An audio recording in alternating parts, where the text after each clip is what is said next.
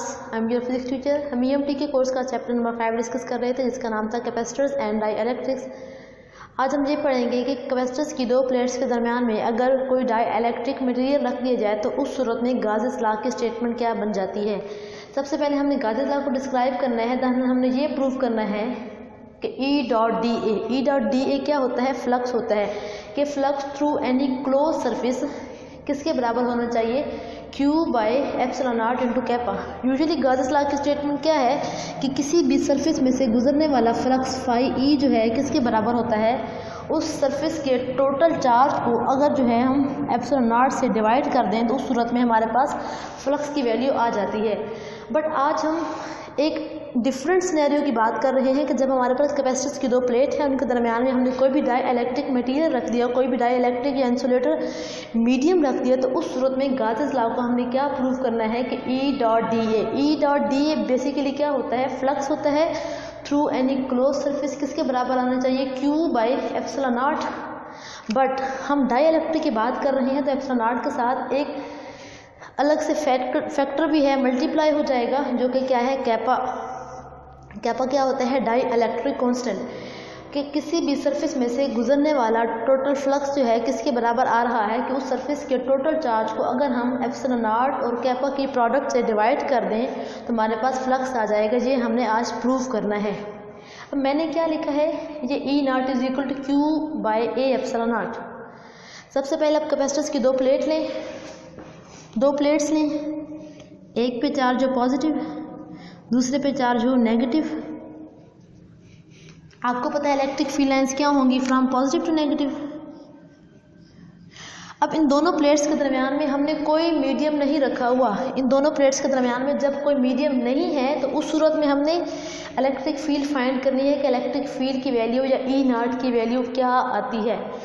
तो हम क्या करेंगे, हम रेक्टेंगुलर शेप में कोई भी गॉसियन सरफेस लेंगे, उसका छोटा सा एरिया एलिमेंट DA लेंगे, उसमें से गुजरने वाला फ्लक्स फाइंड करेंगे। किस तरह से फाइंड करेंगे कि पहले फ्लक्स की डेफिनेशन लगाएंगे E डॉट DA, फिर हम गाउस लॉ यूज़ करेंगे। ये आपने सारा काम खुद से करना है, इस एक्सप्रेशन तक पहुंचना है कि अगर कैपेसिटर्स की दो प्लेट्स के दरमियान में कोई मटेरियल मीडियम ना रखा हुआ हो तो उस सूरत में इलेक्ट्रिक फील्ड की वैल्यू क्या बनती है, Q by A epsilon not.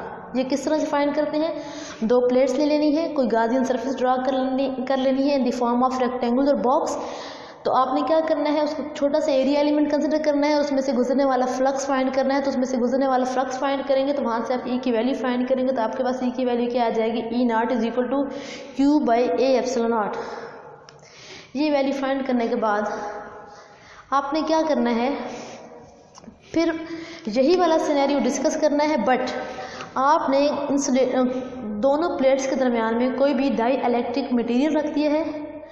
अब इस डाई इलेक्ट्रिक मटेरियल के रखने की वजह से आपको पता है क्या होगा, इलेक्ट्रिक फील्ड पैदा हो जाएगी इसके अंदर। वो इलेक्ट्रिक फील्ड जो है वो एक्सटर्नल इलेक्ट्रिक फील्ड को क्या करेगी, अपोज करेगी, उसको कम करने की कोशिश करेगी। तो अब इस सूरत में आपने गाउस लॉ को अप्लाई करना है और किस स्टेटमेंट तक पहुंचना है कि E dot DA is equal to Q by product of epsilon not and kappa. तो हम बेसिकली यही प्रूव करने जा रहे हैं। तो आपने कैपेसिटर्स की दो प्लेट्स ली, एक पे पॉजिटिव चार्ज है, दूसरे पे नेगेटिव चार्ज है। ये जो ब्लू वाला एरिया है ये क्या है, कोई भी डाई इलेक्ट्रिक मीडियम है जो इसके अंदर रख दिया गया है।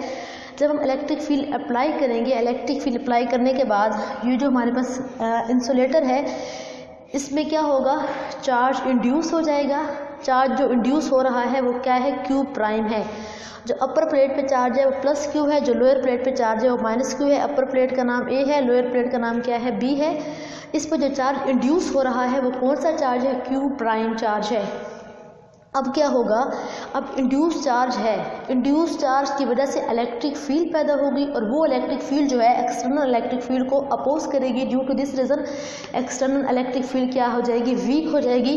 तो हम कह सकते हैं कि नेट इलेक्ट्रिक फील्ड क्या है कि अगर हम अप्लाइड इलेक्ट्रिक फील्ड, ये हमारे पास E नॉट क्या है, अप्लाइड इलेक्ट्रिक फील्ड, और EP क्या है, वो इलेक्ट्रिक फील्ड जो पोलराइजेशन की वजह से पैदा हुई है। यहाँ पे जो चार्ज इंड्यूस हुआ है उसकी पोलराइजेशन की वजह से जो इलेक्ट्रिक फील्ड है उसको हमने EP का नाम दे दिया। तो नेट इलेक्ट्रिक फील्ड क्या हो जाएगी, E नॉट माइनस EP, मतलब इलेक्ट्रिक फील्ड नेट जो है वो रिड्यूस हो गई है। बेसिकली हम यहाँ पे ये सीखना है कि नेट इलेक्ट्रिक फील्ड ने रिड्यूस हो जाना है। अब आपने क्या करना है,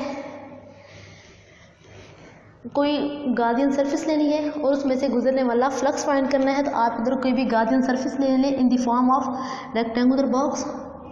अगर आप उसको कुछ छोटा सा area element D A consider करें, उसकी डायरेक्शन और इलेक्ट्रिक फील्ड लाइन दोनों की डायरेक्शन सेम होगी। तो अगर आप उस गार्डियन सरफेस में से गुजरने वाला टोटल फ्लक्स फाइंड करना चाहते हैं तो आप क्या करेंगे, phi E is equal to E dot D A. और आपको पता है कि डॉट को ख़त्म करेंगे तो कॉस थीटा लगेगा। थीटा की वैल्यू क्या पुट करेंगे, जब इलेक्ट्रिक फील्ड और डी ए दोनों सेम डायरेक्शन में है तो थीटा को आप 0 पुट करेंगे और कॉस 0 क्या होता है, 1 होता है। आप इसको सॉल्व करेंगे और उसके बाद आपको पता है गॉसेस लॉ के अकॉर्डिंग फ्लक्स क्या होगा, phi E is equal to Q by epsilon not.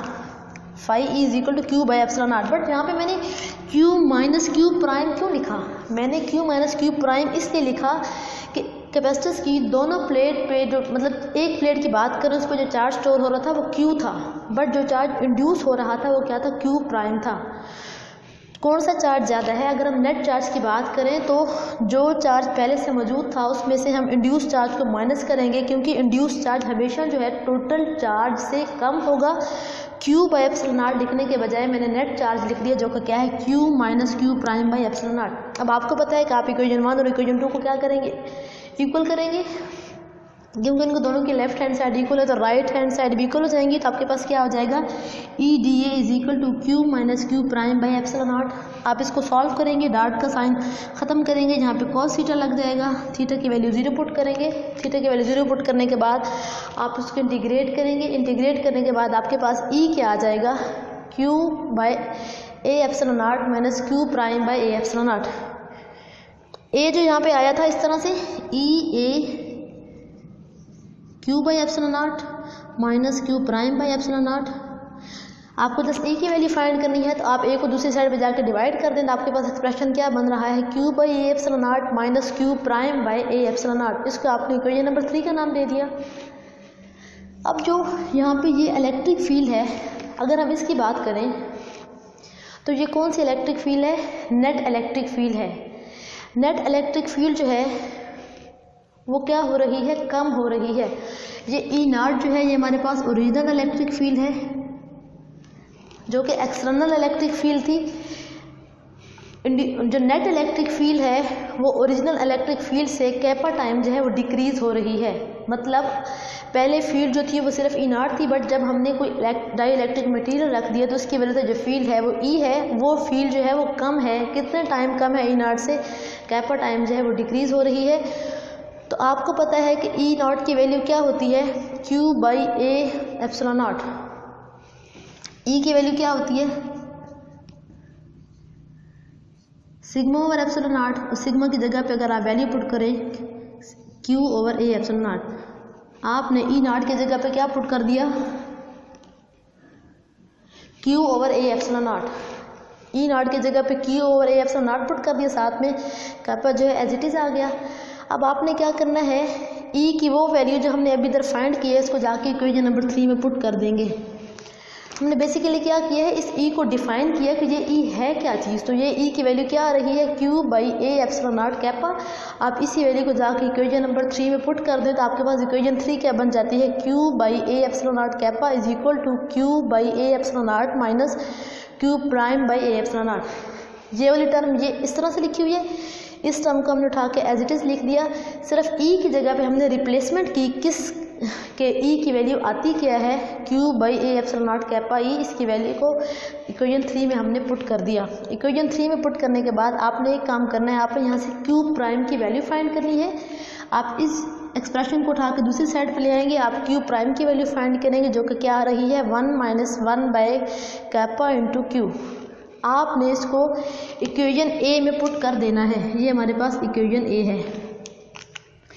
Basically हम फाइंड क्या करने जा रहे हैं, हम ये प्रूव करने जा रहे हैं कि ई डॉट डी ए किसके बराबर होता है, Q by product of kappa and epsilon not. तो हम ई डॉट डी ए किसके बराबर आ रहा है, ई डॉट डी ए जो है Q minus Q prime by epsilon not के इक्वल आ रहा है। तो आप क्यू प्राइम की जगह पे जाके अगर वैल्यू पुट करते हैं इस एक्सप्रेशन में तो आपके पास ई डॉट डी ए क्या आ जाएगा, Q by A epsilon not के ई।